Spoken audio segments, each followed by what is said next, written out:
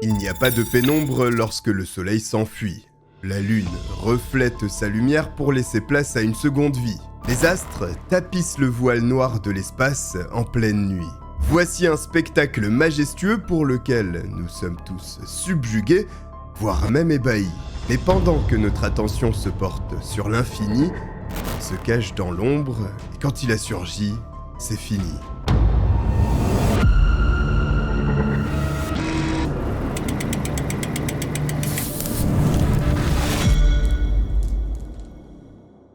Le jeudi 30 octobre 1975, dans la région du Yorkshire, au nord de l'Angleterre, cette journée d'automne apparaît plutôt calme à ses premières heures dans la ville de Leeds. En tout cas pour ses résidents, puisqu'une section de la police du West Yorkshire est contactée d'urgence. Ce n'est pas n'importe quelle unité, il s'agit de celle en charge des plus graves affaires criminelles. C'est précisément pour cette raison que des agents sont envoyés dans le quartier très animé de Chapeltown à Leeds. Là-bas, le corps dénudé sans vie d'une femme dont l'identité reste un mystère pour le moment vient d'être découvert. La zone est fouillée minutieusement, mais les hectares de terrain gazonné, le froid et l'humidité matinale ne facilitent pas la tâche aux effectifs déployés. Pourtant, les efforts ne sont pas ménagés, notamment parce que la victime a été sauvagement attaquée. Il suffit d'observer son état pour s'en rendre compte.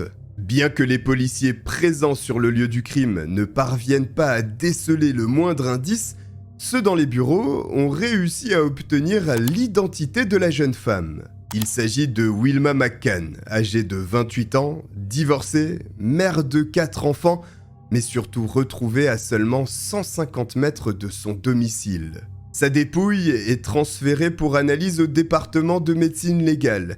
Le médecin légiste établit rapidement que la jeune femme fut frappée à 2 reprises à l'arrière de la tête avec un objet contondant tel qu'un marteau. Il semblerait que ce soit là les coups initiaux portés à la victime, puisqu'ils ne sont pas la cause de la mort. C'est l'attaque au couteau qui a suivi qui est responsable du décès de la mère de famille. Les blessures mortelles sont au nombre de 3. Il y en a 2 au niveau de la poitrine et une dernière au milieu de l'abdomen. Seulement, ce qui rend perplexe le médecin légiste est la façon dont les coups ont été portés. Grâce à l'examen des blessures, il est relevé que l'agresseur, une fois qu'il a enfoncé sa lame, ne l'a pas immédiatement ressorti, mais l'a tourné dans le corps de sa victime. Un acte monstrueux qui démontre une haine certaine lors de ce meurtre. Celui-ci, d'ailleurs, ne semble pas sur la voie d'une résolution rapide, dans la mesure où aucun indice sur le terrain n'a été découvert et les analyses médico-légales n'ont guère fait mieux. Les seules certitudes des enquêteurs sont que Wilma, très tôt dans la matinée, environ 1 heure, était en vie sortant d'un établissement de nuit nommé The Room at the Top Club. Un homme aurait dû s'arrêter brusquement lorsque la jeune femme se serait présentée devant son véhicule pour lui demander de la déposer à Scott Hall Road dans le quartier de Chapeltown avant d'être découverte sans vie. Voici les seuls éléments que la police détient pour tenter de résoudre une affaire dont, visiblement, le degré de difficulté ne fait qu'augmenter au fur et à mesure du temps qui s'écoule. Alors, les enquêteurs se penchent sur le quartier de Chapeltown, étant une zone difficile avec un fort taux de chômage et où la criminalité, la drogue et la prostitution sont fortement implantées. Ceci met la puce à l'oreille des policiers britanniques, estimant que le crime est certainement lié à la prostitution, Wilma McCann étant une prostituée selon eux. Au fil de l'enquête, cela se confirme. Soudainement, l'intérêt médiatique autour de ce meurtre retombe comme un soufflet. La population n'est pas encline à aider la police pour une prostituée. Il en est de même pour les médias, qui se désintéressent totalement, privant les enquêteurs de potentiels témoins et, avec l'absence de la moindre piste, les conduisant également vers une impasse. Ce crime d'opportunité ne sera certainement jamais résolu.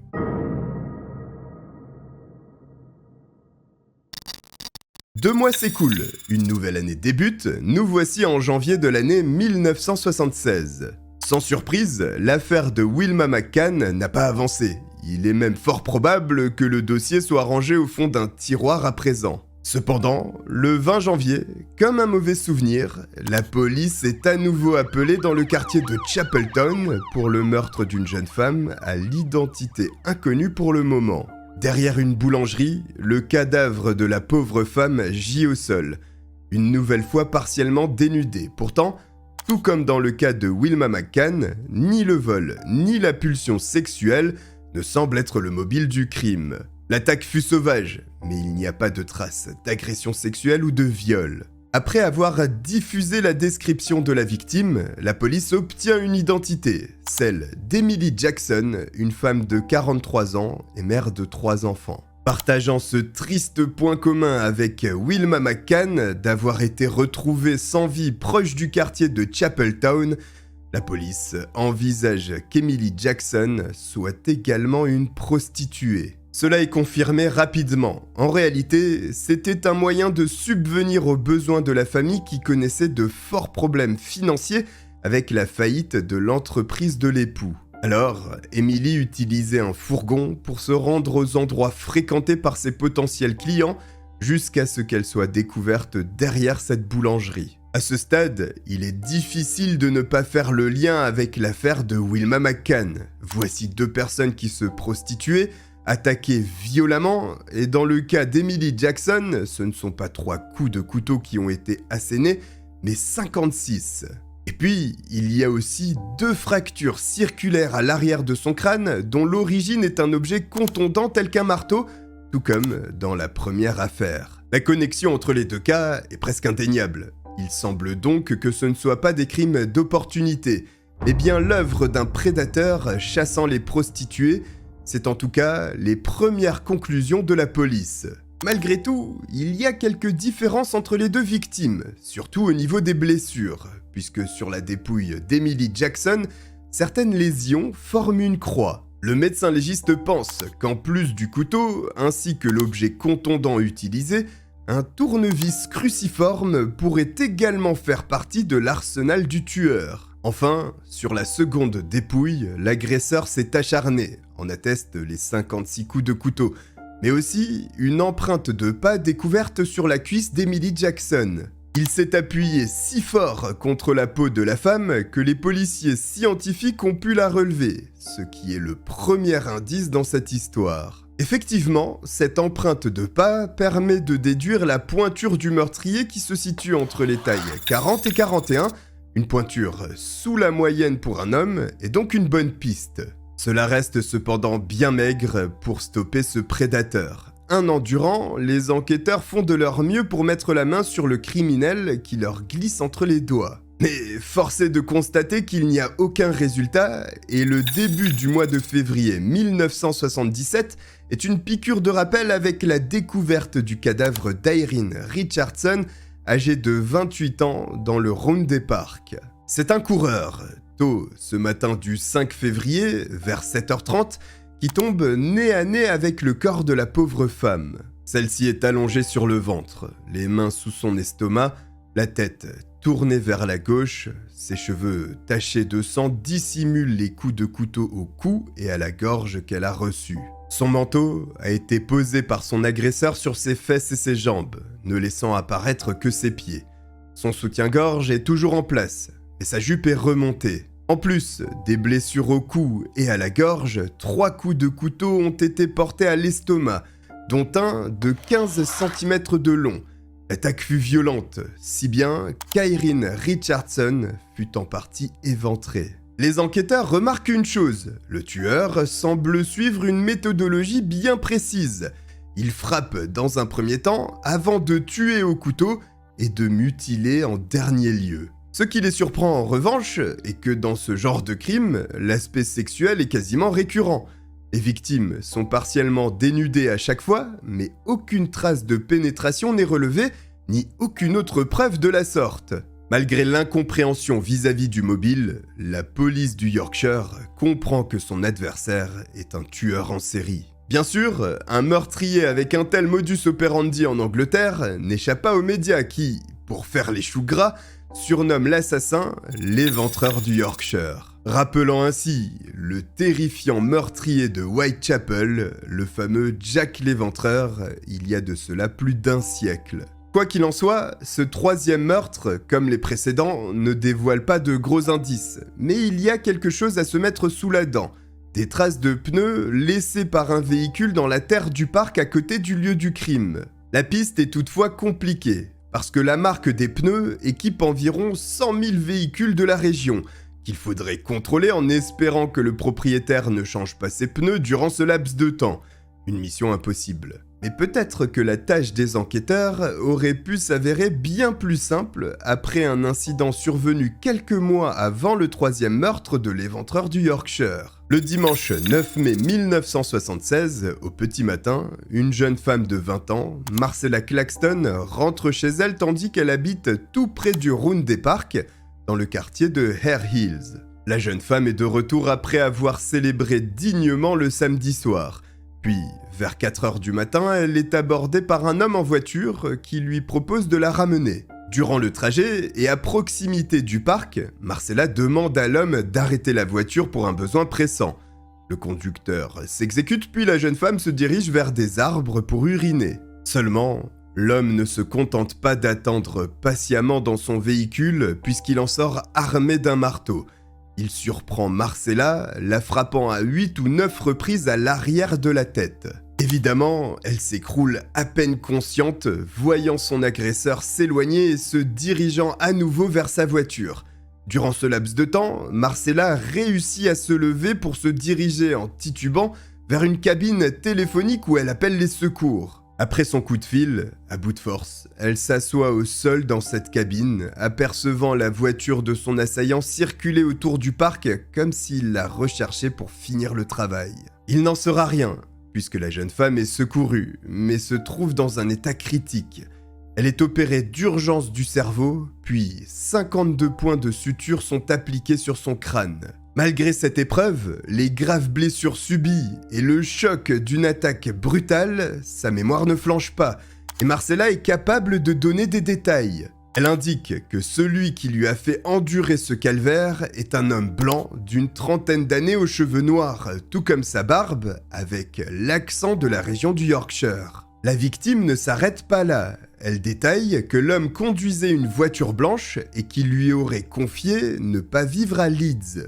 Voici de nombreux éléments qui apparaissent exploitables de surcroît. Simplement, les policiers, de façon surprenante, ne relient pas l'agression de Marcella Claxton aux 2 crimes précédents. Peu importe, à l'heure actuelle, la police est dans une impasse. Elle n'est pas prête de résoudre cette enquête, tandis qu'il y a déjà 3 victimes. Alors, la décision est prise par les autorités de contrôler de manière intensive les véhicules circulant dans la zone de Chapelton avec à leur bord des hommes seuls. Une initiative risquée, dans la mesure où le prédateur pourrait comprendre que la police s'active et que désormais, il ne sera plus aussi tranquille pour attaquer les femmes à cet endroit. Ce qui nous conduit 76 jours après le 3e meurtre, celui d'Irene Richardson, à la date du 23 avril 1977.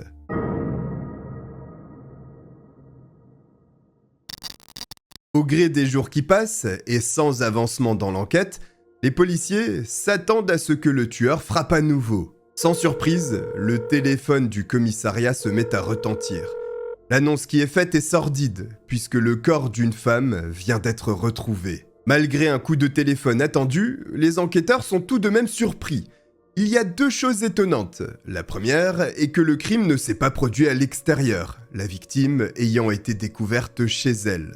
Mais c'est surtout la localisation qui est intrigante, les événements ne s'étant pas déroulés à Leeds, mais à Bradford, une ville voisine.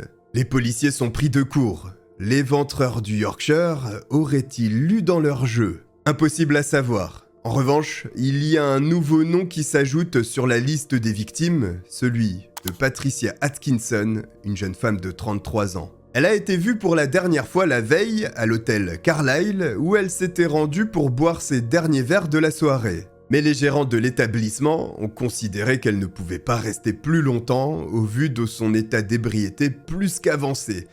D'ailleurs, certains affirment l'avoir aperçu totalement ivre dans la rue, en train de crier des obscénités. Ce qui est intéressant dans ces témoignages est qu'elle ne semblait pas avoir emprunté l'itinéraire qui la conduirait chez elle.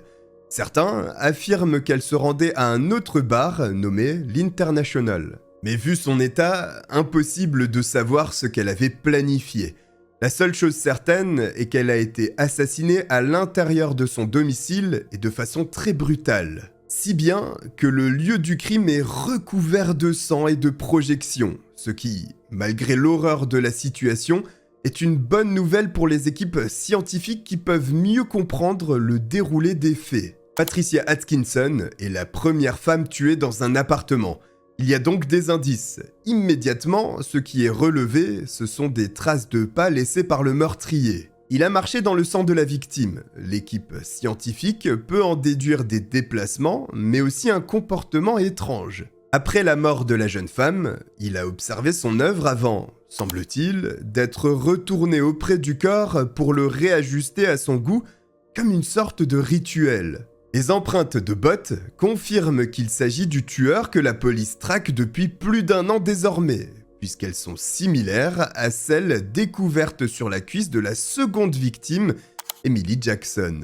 La marque de bottes est même trouvée. Il s'agit d'une paire de Dunlop Wellington, mais comme pour les pneus, c'est une marque très populaire et des milliers de personnes en possèdent. Dès lors, les enquêteurs écartent immédiatement cet élément, n'engageant aucune recherche, ce qui peut paraître surprenant dans la mesure où les pistes se font rares. La violence de l'attaque est similaire aux précédentes. Patricia Atkinson a reçu de nombreux coups de marteau derrière le crâne à 4 reprises avant d'être poignardée 6 fois, et ses vêtements ont été partiellement retirés, révélant sa poitrine. Pourtant, à nouveau, il n'y a aucune trace d'agression sexuelle ou de viol. Dénuder les victimes apparaît simplement faire partie du rituel du tueur. Comme ses cibles, d'ailleurs, qui sont jusqu'à présent toutes des femmes se prostituant, y compris sa dernière victime. Seulement, une nouvelle fois, le monstre va changer ses habitudes. 2 mois plus tard, le 26 juin 1977, un cadavre est découvert dans une aire de jeu à Leeds. Cette fois-ci, la victime est une adolescente de 16 ans, Jane MacDonald, dont le profil contraste avec celui des crimes précédents. À chaque fois que les enquêteurs pensent déceler un pattern chez le meurtrier, celui-ci prend un malin plaisir à détricoter leur théorie. Le soir de son meurtre, Jane MacDonald était sortie avec des amis au centre-ville de Leeds. À 1h30 du matin environ, elle tente de commander un taxi. Sans succès, ce qui la contraint à rentrer à pied. Ce qui est intéressant sur la reconstitution de son trajet est qu'elle est passée proche de 2 endroits où Wilma McCann et Emily Jackson ont été agressées. Cela signifie donc que le prédateur est retourné chasser sur son terrain de prédilection. Il n'a pas épargné l'adolescente avec son procédé habituel, la frappant à l'arrière de la tête, non loin de l'aire de jeu, puis en la traînant dans cette aire justement où il l'a poignardée au ventre et dans le dos. Comme pour les autres victimes, la mise en scène est similaire avec les vêtements remontés. Les enquêteurs supposent que l'éventreur du Yorkshire, qui ne s'en était pris à présent qu'à des prostituées, aurait pu confondre Jane MacDonald avec l'une d'entre elles, ce qui n'est bien sûr pas le cas. Mais peu importe, ce crime, et c'est triste à dire, va faire des remous puisque la victime est une adolescente, entre guillemets, innocente. C'est ainsi que les médias en parlent. C'est aussi de cette manière que l'opinion publique britannique perçoit l'affaire. N'ayant eu que très peu de considération auparavant pour les femmes qui se prostituaient, quand bien même elles auraient été des mères de famille et ne méritaient pas plus de mourir que Jane MacDonald. Cela aura au moins le bénéfice de déclencher une prise de conscience collective. L'affaire devient nationale, les informations sont relayées quotidiennement et les tuyaux affluent auprès des policiers. Seulement, lorsque cela s'étend au niveau national, la pression sur les épaules des autorités monte également. Les gens veulent des résultats et surtout une arrestation. Alors, les effectifs déployés sur cette traque passent de 100 à 250 uniformes. Simplement, il pourrait être 10 000 que cela ne changerait rien. L'enquête étant dans une impasse, et ce, depuis le premier meurtre. Il fallait néanmoins une réponse face à la grogne du public et à la peur grandissante des femmes de la région qui comprennent, après ce dernier crime, que personne n'est à l'abri. Complètement aux abois, sans le moindre élément matériel à étudier, la police britannique va se servir des médias pour tenter de provoquer la chance. Une lettre, directement destinée à l'éventreur du Yorkshire, est publiée dans le journal local, le Yorkshire Evening Post. Cette lettre dit « Vous avez tué 5 fois. En moins de 2 ans, vous avez massacré 5 femmes à Leeds et Bradford. Votre mobile, pensons-nous, est une haine profonde des prostituées. Une haine qui vous pousse à lacérer et à vous déchaîner sur vos victimes. Mais inévitablement, cette passion tordue a mal tourné dimanche. Une jeune fille innocente de 16 ans, une fille heureuse, respectable de la classe ouvrière, d'une bonne famille de Leeds a croisé votre chemin. Comment vous sentiez-vous en apprenant que votre croisade sanglante contre les péripatéticiennes avait si mal tourné et que votre couteau vengeur avait trouvé une cible si innocente ? Aussi malade que vous soyez, il y a dû y avoir une étincelle de remords en vous débarrassant des taches de sang de Jane. Un message désespéré qui ne fonctionne pas, mais la chance va tout de même sourire le soir du 10 juillet 1977. Seulement 2 semaines après le meurtre de la jeune Jane MacDonald, le tueur s'attaque à une nouvelle victime, Maureen Long, une femme de 42 ans. Ce samedi 9 juillet, à Bradford, la femme a largement profité de sa soirée au Bally Eye, une boîte de nuit, jusqu'à 2h du matin. Totalement ivre, elle entame son difficile retour pour rentrer chez elle. Malheureusement, entre-temps, elle a croisé la route de l'éventreur du Yorkshire, qui n'a pas changé ses habitudes en la frappant violemment à l'arrière de la tête avant de la poignarder à 5 reprises. Pourtant, Maureen Long ne va pas mourir et sera la première survivante. En tout cas, que la police considère, n'ayant pas écouté Marcella Claxton auparavant. Et l'enquête rebondit. C'est peut-être enfin la bascule en faveur de la police tant attendue. Maureen Long a subi l'agression classique de l'éventreur du Yorkshire, des coups portés à l'arrière de la tête avec un objet contondant avant d'être transpercée par le couteau du tueur au niveau de la poitrine, de l'estomac et du dos. Dans son malheur, la femme a été chanceuse. Son agresseur a quitté le terrain vague où il l'avait amenée en pensant que celle-ci était morte ou le serait très bientôt. Simplement, vers 8h30 du matin, 2 femmes sont passées proches de la zone où Maureen Long agonisait. Ses cris faibles, mais suffisamment audibles, ont attiré leur attention.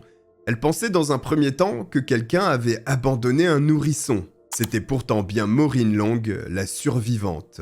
Évidemment, le traumatisme est gigantesque. La police souhaite connaître le moindre détail, mais va se heurter à un problème de taille. Les lésions causées par l'objet contondant à l'arrière de la tête de Maureen lui ont fait partiellement perdre la mémoire.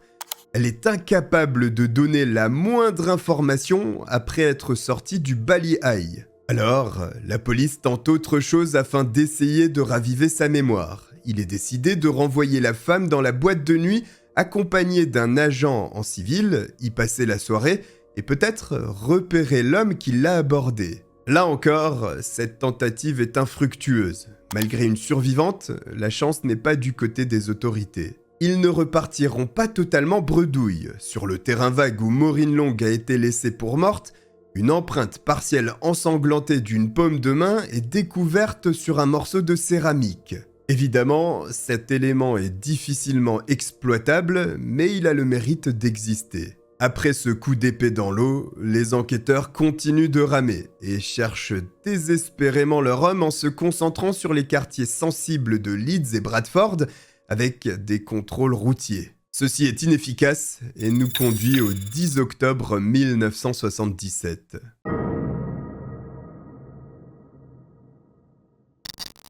En ce lundi d'automne, 2 hommes et amis s'occupent de leur parcelle de jardin dans un coin de Manchester, une ville au sud-ouest de Leeds. L'un d'entre eux manie une brouette, mais percute un obstacle se trouvant au sol. Il observe ce qui a entravé son chemin et découvre le cadavre nu d'une femme. Le spectacle est horrible. L'homme aperçoit un visage fracturé en 1000 morceaux, de nombreuses entailles parsèment le corps et il est clair qu'elle a été éviscérée. Cette vision macabre est difficilement supportable. L'homme court immédiatement au téléphone le plus proche afin de contacter la police, qui se déplace aussitôt. Le mystère sur l'identité de la victime est rapidement levé. Il s'agit de Jean Jordan, une jeune femme d'à peine 20 ans et connue pour se prostituer dans la région de Manchester. Avant sa disparition, elle avait été observée par des témoins en train de travailler. Et à l'évidence, elle est une victime de l'éventreur du Yorkshire. Ce qui embête les enquêteurs est que son meurtre s'est déroulé à Manchester. Une très mauvaise nouvelle. Il y a plus de 270 effectifs qui traquent nuit et jour ce meurtrier dans la zone de Leeds ainsi que Bradford, et maintenant, le prédateur élargit son terrain de chasse à Manchester, compliquant encore un peu plus la tâche. À cette époque, il est inhabituel que les tueurs en série s'étalent d'un point de vue géographique. Simplement, les infrastructures du pays évoluent, et désormais, l'autoroute permet de traverser d'est en ouest l'Angleterre. Autrement dit, il devient plus facile pour le prédateur de changer de coin pour tuer. Ce nouveau meurtre est un coup de massue pour les policiers, mais il est peut-être aussi un tournant. Les équipes scientifiques déterminent que le corps a bougé. À l'origine, il avait été déposé sous une haie, mais dans un second temps, le tueur l'a déplacé pour le mettre à la vue de tous et à l'endroit où il fut découvert. Alors, grâce aux éléments disséminés un peu partout, la police remonte le temps. En plus du déplacement du corps, deux choses confirment aux enquêteurs que le meurtrier est revenu sur le lieu du crime. La première, ce sont les blessures infligées à Jean Jordan. La jeune femme a été tuée selon le procédé habituel. Pourtant, une seconde salve de blessures se distingue et il est évident qu'elles sont le fruit d'un acharnement. Il y a d'abord l'éviscération, qui a ouvert son estomac, une tentative de décapitation également, et puis de nombreuses mutilations partout sur le corps. En tout, ce sont presque une trentaine de coups de couteau qui ont été portés, mais aussi 11 coups de marteau expliquant l'état du visage de la pauvre victime. S'il y a eu autant de haine, c'est parce que le meurtrier n'a semble-t-il pas trouvé ce qu'il cherchait. 5 jours plus tard, après la découverte de la dépouille de Jean Jordan, le samedi 15 octobre, le sac à main de la jeune femme est retrouvé. À l'évidence, celui-ci a été fouillé. Les enquêteurs pensent que ce que l'éventreur du Yorkshire cherchait est toujours dans le sac, parce qu'il y a une petite poche extérieure, assez discrète, qui n'a pas été ouverte. Dedans se trouve un billet de 5 pounds tout neuf, et ceci est une excellente nouvelle, parce qu'il pourrait appartenir à ce dangereux prédateur. Puisque ce billet est neuf, il sera d'autant plus facile de remonter sa trace. Et pourquoi la police est si enthousiaste pour ce billet ? En réalité, le montant de 5 pounds correspond au prix pratiqué à l'époque par les prostituées. C'est certainement grâce à ça que le tueur est parvenu à attirer Jean Jordan. Sachant cependant que ce billet pourrait conduire les policiers sur sa piste, il a pris le risque de revenir sur le lieu du crime sans succès. Maintenant, les enquêteurs n'ont plus qu'à remonter la piste du billet. La première bonne information pour eux est que celui-ci a été imprimé le 27 septembre 1977, soit 4 jours avant le meurtre de Jean Jordan. Grâce au numéro de série, les enquêteurs savent que le billet était inclus dans un lot de 127 500 pounds au sein d'une liasse de 500 pounds. Ce lot a été distribué à 30 entreprises de la région de Leeds pour le paiement des salaires des employés. Il y a donc de fortes chances pour que l'assassin de Jean Jordan, et par extension l'éventreur du Yorkshire, soit l'un des salariés de l'une de ces entreprises. C'est là que les complications débutent, puisque cela représente 8000 hommes à interroger. La police souhaite également garder le secret pour le moment, et ne pas faire appel à l'aide du public pensant pouvoir coincer leur cible malgré la charge monumentale de travail que cela représente. Ce fut une erreur. En ne demandant pas publiquement aux salariés de vérifier les numéros de série des billets de 5 pounds après le paiement de leur salaire, ces derniers les ont logiquement dépensés et ils se trouvent dans le commerce à présent. En les sollicitant d'emblée et en donnant les numéros de série, ils auraient pu aisément remonter à l'entreprise qui avait reçu le lot contenant la liasse avec ce billet et donc limiter les recherches à une poignée d'individus seulement. Ce ne sera pas le cas.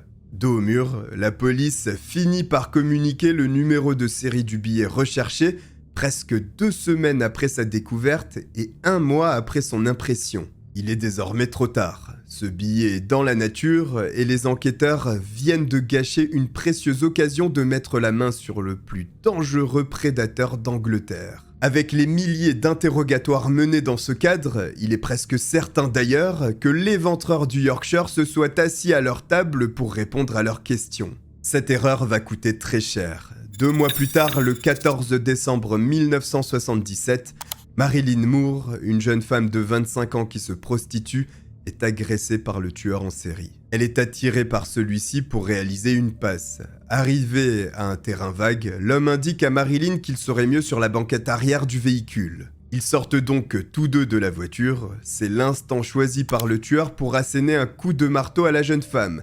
Mais il perd l'équilibre, réduisant la puissance du coup. Il frappe à nouveau rapidement. C'est à ce moment que Marilyn réalise qu'elle est attaquée.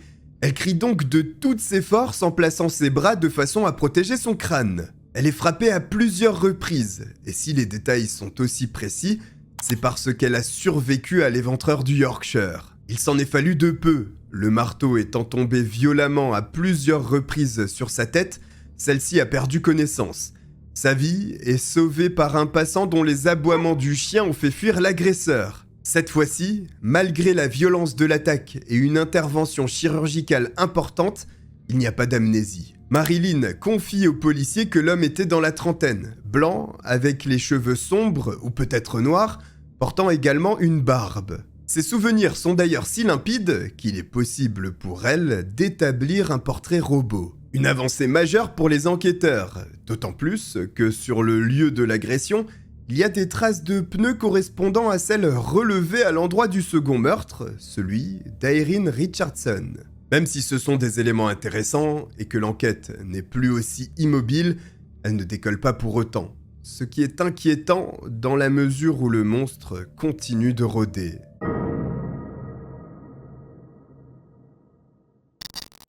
Bien que l'éventreur du Yorkshire a manqué son coup avec l'attaque de Marilyn Moore, il ne faut pas attendre bien longtemps pour avoir de ses nouvelles. Il va frapper fort. En l'espace de 10 jours, 2 meurtres sont commis. Celui d'Yvonne Pearson, le 21 janvier 1978, et Helen Ritka, le 31 janvier. C'est la dépouille de cette dernière qui est découverte la première au sein d'une scierie. La jeune femme, à peine âgée de 18 ans avec un passé difficile, avait commencé à se prostituer avec sa sœur jumelle pour subvenir à ses besoins après avoir quitté sa famille d'accueil. Toutes deux s'étaient installées dans la ville d'Huddersfield pour un nouveau départ. Malheureusement, c'est le chemin de la mort qu'elle a croisé. Notez que ce meurtre est commis dans une nouvelle ville, celle d'Huddersfield, après Leeds, Bradford et Manchester. La police ne trouvera aucun indice pouvant conduire à l'arrestation de l'homme qui les nargue depuis plusieurs années à présent. Mais il y a une chose étrange. Cette fois-ci, il y a bien eu un rapport sexuel avec la victime. Bien entendu, la technologie ADN n'existant pas à cette époque, cet élément ne fait pas avancer l'affaire. Yvonne Pearson, quant à elle, était âgée de 21 ans. Elle aussi était une prostituée habitant la ville de Bradford. Si son cadavre ne fut découvert qu'après celui d'Helen Ritka, c'est parce qu'il a été dissimulé sous des branchages, des gravats et un canapé. Le tueur a certainement été dérangé pendant son acte, puisqu'habituellement, il ne prend pas réellement soin de cacher ses œuvres macabres. Plus curieux encore, Yvonne Pearson a été retrouvée parce que son bras dépassait du monticule. Un passant l'a vite remarqué. Alors pourquoi 2 mois se sont-ils écoulés entre son meurtre et la découverte de son corps ? Les policiers pensent que le tueur est revenu sur le lieu du crime. Ils en sont même certains après avoir trouvé sous le bras de la victime un journal, le Daily Mirror, datant du 21 février, 1 mois jour pour jour après le meurtre. Mais dans un premier temps, ils ne sont pas certains qu'ils ont affaire à l'homme qu'ils cherchent. Parce qu'Yvonne a effectivement été attaquée à l'arrière de la tête. Les blessures, en revanche, apparaissent avoir été causées par une pierre, alors que l'on sait désormais que le tueur utilise un marteau. Et puis, il n'y a pas de lacération réalisée par un couteau, signature pourtant du tueur en série. Les enquêteurs conservent la théorie selon laquelle le meurtrier aurait été dérangé durant l'agression et se serait adapté à la situation afin de ne pas être démasqué. Quoi qu'il en soit, voici 2 meurtres supplémentaires et une police qui devient la risée du pays. Pire, le peu d'éléments dont elle dispose ne permet aucune avancée. Les traces de pneus sont contrôlées, mais les résultats sont stériles. Cette stagnation est sanctionnée aussitôt. Un nouveau meurtre est commis le 16 mai 1978. Une femme, Vera Millward, âgée de 40 ans qui, comme les victimes précédentes, se prostituait. Ce meurtre particulièrement inquiète les policiers. La pauvre femme a été découverte proche du parking de l'hôpital royal de Manchester à environ 8 h du matin. Ce sont les jardiniers chargés de l'entretien des espaces verts de l'établissement qui ont fait la macabre trouvaille. Comme chaque fois, la victime fut frappée brutalement à l'arrière de la tête, laissant échapper de la matière cérébrale.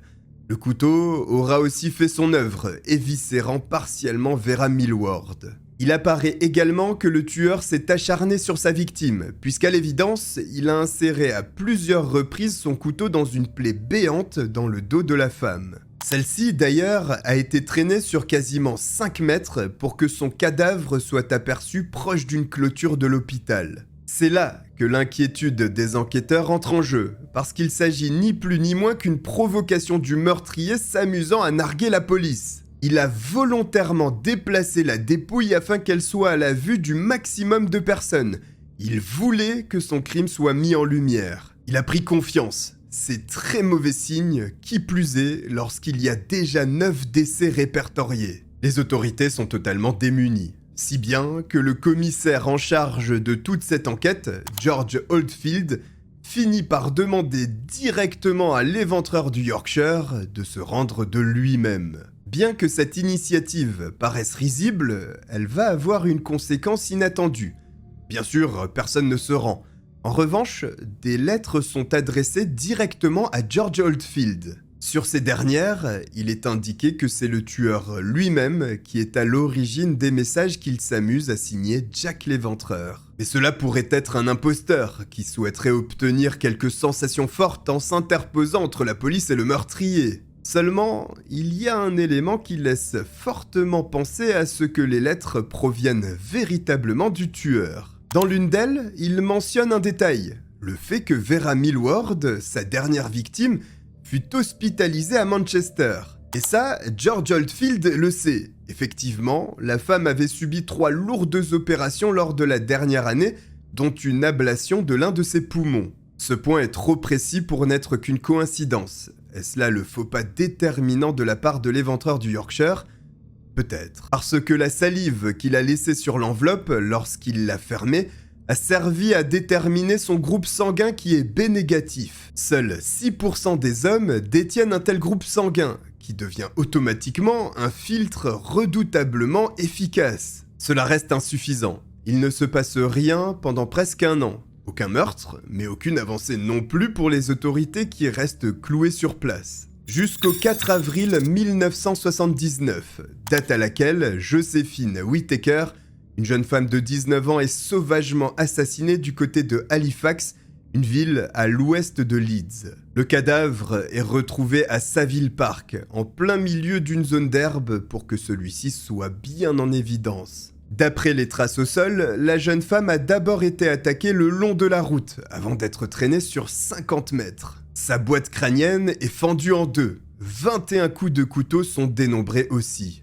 Joséphine était une employée de bureau, n'ayant absolument aucun lien avec le monde de la prostitution. Ce qui conduit les enquêteurs à penser que le tueur s'attaque à n'importe quelle femme désormais et dans n'importe quel endroit, son terrain de chasse grouillant de policiers à présent. C'est là que tout s'emballe. La plus grosse des surprises de l'affaire est à venir, avec un enregistrement sur cassette audio contenant un message. Le meurtrier se moque de la police en indiquant qu'il ne sait pas encore où et quand il frappera, et qu'il aime bien Manchester, et que dans peu de temps, il devrait se retrouver dans le livre des records. George Oldfield est persuadé que c'est leur cible. Il devient de moins en moins méticuleux et son arrogance le conduit à prendre de grands risques. Désormais, la police connaît le son de sa voix. Mais surtout, il a un accent bien spécifique de Sunderland ou de Géordie, tout au nord de l'Angleterre. Les lettres envoyées proviennent de cette région. Le groupe sanguin est un filtre supplémentaire. Et en analysant encore plus finement l'accent, une zone d'à peine quelques kilomètres carrés est délimitée pour les recherches. Une centaine d'enquêteurs sont lâchés dans la région de Sunderland afin d'interroger les hommes du coin. Mais pendant qu'ils s'attellent à cette tâche, l'éventreur du Yorkshire est retourné du côté de Bradford. Le 2 septembre 1979, non loin du centre-ville, la dépouille de Barbara Leach, une étudiante de 20 ans, est retrouvée. En dépit des nombreux avertissements de la police, la jeune femme a pris le risque de quitter le groupe avec lequel elle avait profité de la soirée. Le meurtrier n'a pas manqué cette occasion et l'a massacrée dans une ruelle. Ce cauchemar ne s'arrêtera pas tant que ce prédateur ne sera pas placé derrière les barreaux. Et la pression monte sur la police, qui détient des éléments, tout en étant incapable d'avancer. Cela fait désormais 4 ans. Alors, le projet R voit le jour. C'est une immense campagne de communication auprès du public où sont dévoilées les lettres ainsi que l'enregistrement afin que, peut-être, quelqu'un apporte l'indice clé pour cette enquête. Cela coûte une fortune, mais tous les moyens sont mis en œuvre pour stopper le fou. En analysant les lettres à nouveau, il est découvert un point curieux. Dans aucune de ces lettres n'est mentionné le nom d'Yvonne Pearson, dont le cadavre fut retrouvé tardivement. Si tardivement d'ailleurs qu'il le fut après que les lettres ne soient envoyées. Or, connaissant la nature arrogante du tueur, il aurait saisi l'occasion pour narguer la police en disant peut-être qu'il n'avait toujours pas retrouvé cette victime par exemple. Ce n'est pas le cas. En creusant un peu plus, tout ce qui se trouve dans les lettres, en réalité, avait déjà été rendu public. Sauf la fameuse information qui avait fait prendre au sérieux ces messages. Le fait que Vera Millward avait subi des interventions chirurgicales à l'hôpital de Manchester, la police étant convaincue que ce point n'était connu que d'elle. En réalité, elle fait erreur. Cela a été révélé dans le Daily Mail quelques jours après son meurtre, lorsque son mari interrogé avait dévoilé cette information. Un grave manquement. La crédibilité apportée à ces lettres s'effrite, n'importe qui aurait pu les rédiger, et des doutes s'installent. Cependant, la police s'accroche à ces éléments, parce que s'ils ne s'avéraient pas véridiques, il n'y aurait plus rien. Force est de constater que le projet R est un échec cuisant. Pire, il remet en cause les meilleurs indices dont la police dispose. Les jours passent, puis les mois, et l'inévitable se produit en août 1980. Marguerite Walls est une femme de 47 ans qui travaille comme fonctionnaire à Pudsey. Ce 20 août 1980, elle réalise des heures supplémentaires puisqu'elle part en vacances pour 10 jours le lendemain. Elle quitte le bureau entre 21h30 et 22h30 pour parcourir les 800 mètres qui la séparent de son domicile à Farsley, dans la banlieue de Leeds. Vous l'avez compris, elle n'atteindra jamais sa destination. Son corps est découvert le lendemain. Seulement, la police doute qu'il s'agisse d'un crime commis par l'éventreur du Yorkshire. Certes, il y a les coups de marteau à l'arrière du crâne. Par contre, aucune lésion liée à un couteau n'est relevée. Et la cause de la mort est la strangulation avec une corde. La moitié du modus operandi ne correspond pas à ce que le meurtrier réalise habituellement. Perplexes, les enquêteurs font face à une énigme. Le tueur a-t-il décidé de brouiller les pistes ? Est-ce un admirateur qui s'est mis à tuer lui aussi mais avec sa propre signature ? Impossible à savoir. Le doute, une nouvelle fois, s'empare des policiers et quelques mois plus tard, en novembre, cela recommence.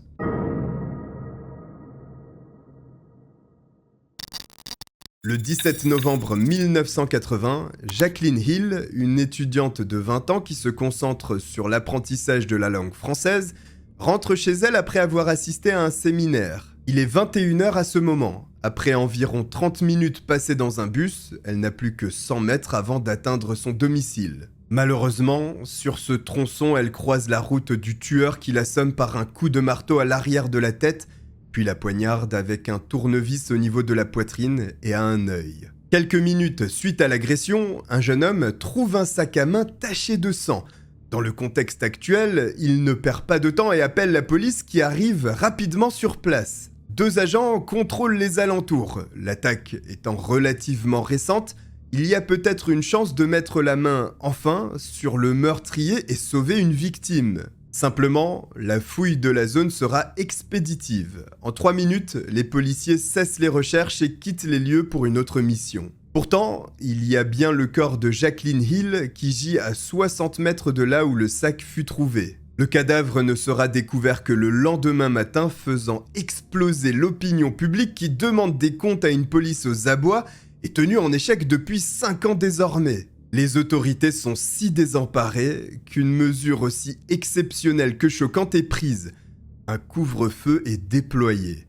Seulement, cette semi-privation de liberté ne concerne que les femmes, qui se sentent totalement flouées. Elles font les frais d'une incapacité chronique de la police à stopper un homme aussi dangereux.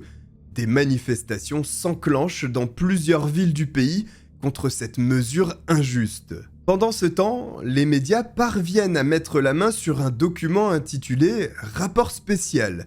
Celui-ci est en réalité une synthèse de la police britannique à destination de ses homologues des autres pays pour une aide éventuelle. Ce qui est marquant dans ce rapport est que le fondement de l'enquête se base sur une théorie et une seule.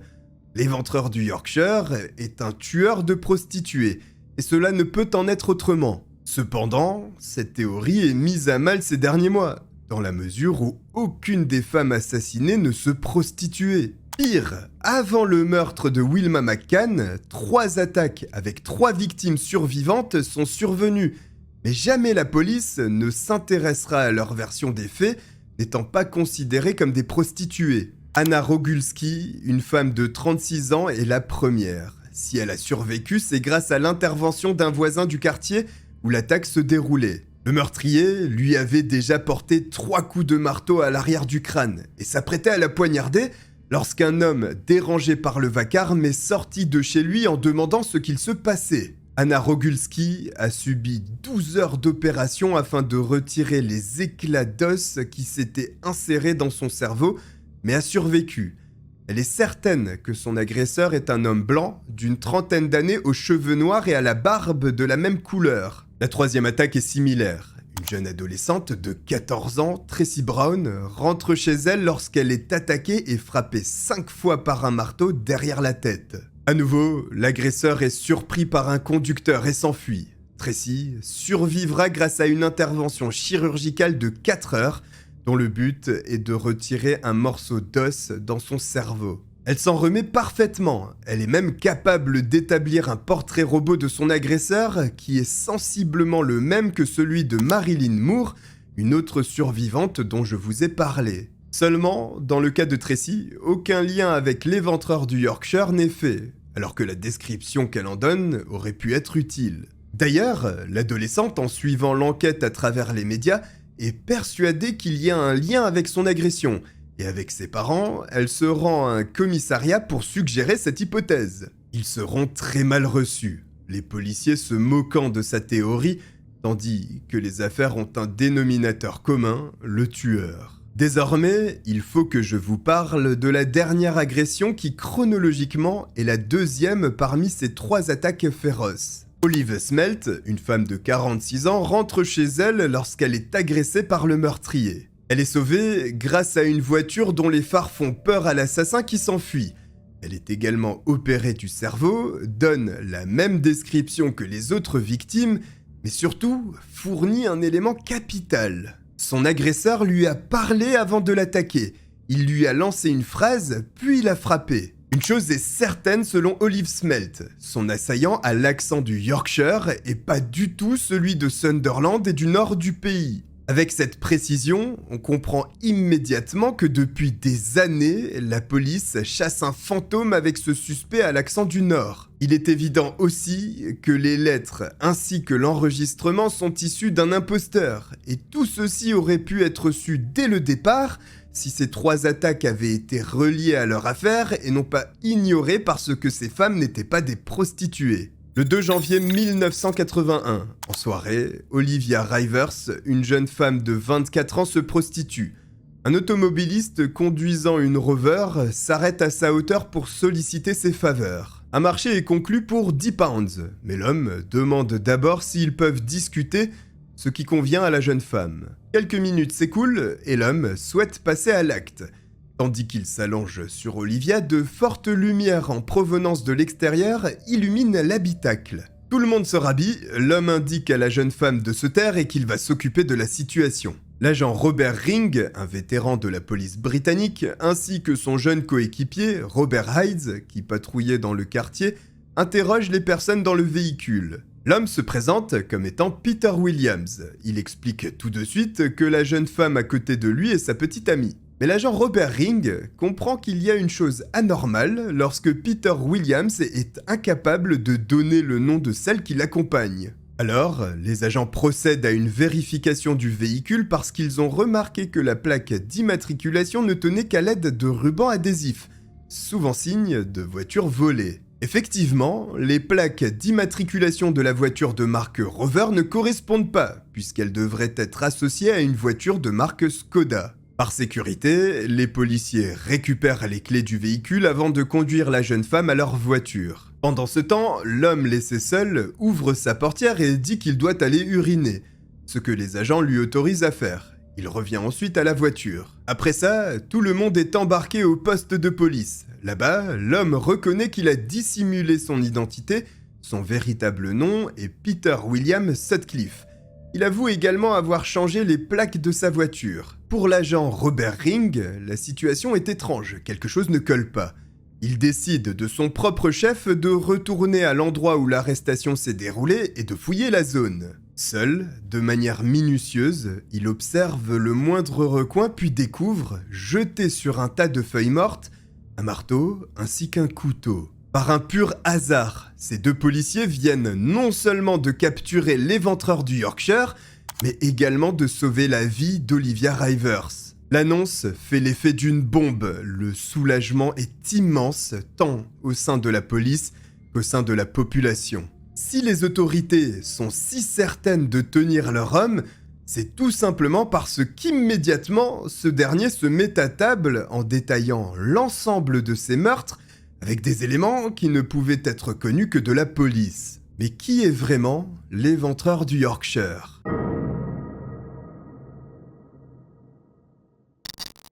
Peter William Sutcliffe est né le 2 juin 1946 à Bingley dans le Yorkshire. Il est un bébé très frêle, d'à peine 2,2 kg, mais il est en parfaite santé et aucun problème ne semble apparaître à l'horizon. Son père, John, et sa mère, Kathleen, ont deux personnalités bien distinctes.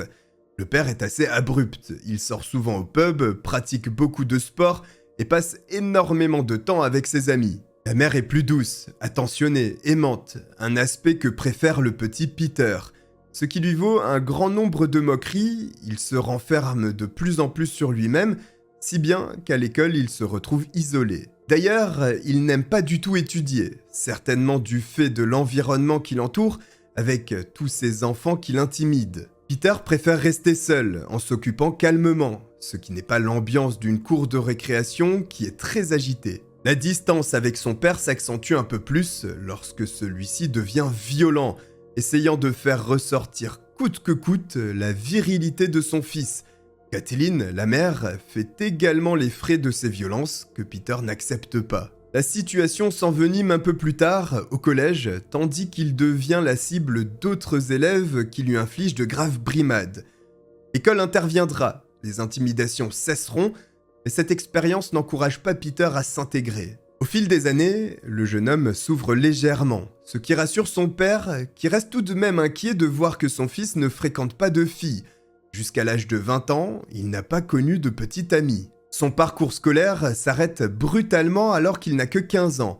Sans réelle vocation, il finit par travailler quelques semaines dans l'entreprise de son père. Finalement, c'est au cimetière de la ville en tant que fossoyeur qu'il réalise sa plus grande expérience professionnelle. Tout semble s'améliorer. Aux yeux de son père, il redevient un garçon avec des activités que celui-ci considère comme standards.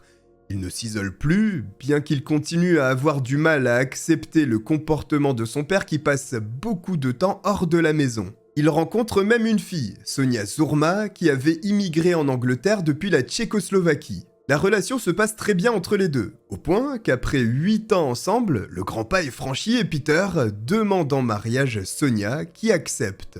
Bon, entre-temps, il perd son emploi au cimetière parce qu'il n'arrivait pas à être ponctuel, mais il en trouve un autre après avoir passé son permis poids lourd et devient chauffeur. D'un regard extérieur, en survolant la vie de cet homme, il est difficile de comprendre comment il a pu basculer et devenir l'éventreur du Yorkshire. En creusant un peu plus, il est possible de s'apercevoir qu'il n'est pas le gendre idéal.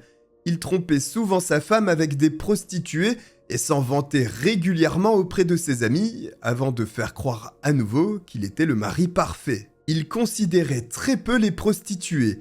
L'environnement au sein duquel il a grandi a certainement contribué à ce dégoût pour ces femmes. Enfin, ce qui a peut-être totalement fait basculer Peter Sutcliffe est cette annonce de sa femme Sonia qui lui révèle qu'elle ne pourra jamais enfanter, ce qui brise le cœur du couple qui rêvait d'une progéniture. Bien sûr, Peter Sutcliffe ne peut pas s'attaquer à sa propre femme, alors il se vengera sur d'autres, des inconnus, et la première à en faire les frais, c'est Anna Rogulski.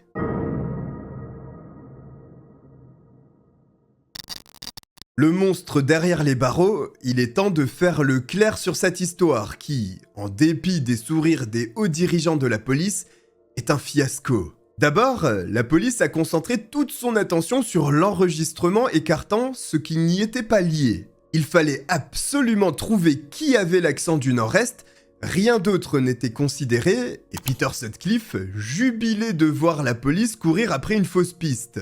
D'autant plus que s'ils avaient écouté les témoignages des survivantes auparavant, la solution leur était apportée sur un plateau d'argent. Pour information, la personne qui a envoyé la cassette audio sera interpellée presque 25 années plus tard, en 2005, grâce à son ADN. Il s'agit de John Humble, un habitant de Sunderland. En 2006, il est condamné à 8 ans d'emprisonnement pour obstruction à la justice et sera libéré après avoir effectué 4 ans de sa peine. Ceci n'est même pas le pire. Dans le cadre de cette enquête, Peter Sutcliffe fut interrogé à plusieurs reprises, 9 fois en tout, dont une où un agent qu'il avait questionné chez lui eut fortement des doutes. D'une part, il chose du 41, la même pointure que les empreintes de pas retrouvées sur les victimes. Le jour de l'interrogatoire, il portait des chaussures dont la semelle était usée, ce qui correspondait à nouveau aux empreintes. D'autre part, il ressemble fortement au portrait robot de Marilyn Moore, une survivante. Simplement, comme il n'avait pas l'accent du nord-est de l'Angleterre, aucun approfondissement n'eut lieu. C'est d'autant plus fâcheux que la piste du billet de 5 pounds avait permis de remonter jusqu'au Transport Clark, l'entreprise dans laquelle Peter Sutcliffe travaillait. Le recoupement était évident. Pire, la police l'avait interrogé sur son lieu de travail, mais une nouvelle fois, il est mis hors de cause. Quoi qu'il en soit, il doit désormais répondre de ses actes devant le tribunal. Face à l'engouement populaire et au risque que cela représente, il ne sera pas jugé dans le Yorkshire, mais à Londres. En avril 1980, une foule immense se dresse devant le palais de justice. Il n'y a pas beaucoup de suspense puisque Peter Sutcliffe a plaidé coupable, mais d'homicide involontaire. Parce que selon lui, s'il a tué, c'est sur ordre direct de Dieu qui lui aurait parlé alors qu'il travaillait au cimetière. Sa voix aurait indiqué qu'il devait tuer le plus de prostituées possible, et c'est ce qu'il raconte face aux 12 membres du jury populaire. Bien entendu, derrière tout ça, l'enjeu est la folie. Mais elle n'est pas retenue. Peter Sutcliffe est jugé responsable de tous ses actes et coupable. Le juge prononce donc sa sentence, une peine d'emprisonnement de 30 ans, incompressible. Cependant, l'éventreur du Yorkshire ne sortira jamais de prison, sa peine étant commuée en une peine de prison à vie le 16 juillet 2010. Il mourra le 13 novembre 2020 âgé de 74 ans suite à des complications liées au Covid. Voici le point final d'une histoire affreuse tant par les crimes qui ont été commis, mais aussi les erreurs flagrantes dans la chasse de l'éventreur du Yorkshire. Une affaire qui ne pourra jamais être oubliée outre-Manche. J'espère que vous avez apprécié que je vous raconte cette histoire. Si c'est le cas, n'hésitez pas à vous abonner et à me suivre sur mes réseaux sociaux en description. Je vous remercie aussi énormément pour les 100 000 abonnés qu'on a atteints hyper rapidement, ça me va droit au cœur. Alors, encore un grand merci à vous, portez-vous bien, merci de m'avoir regardé, bye.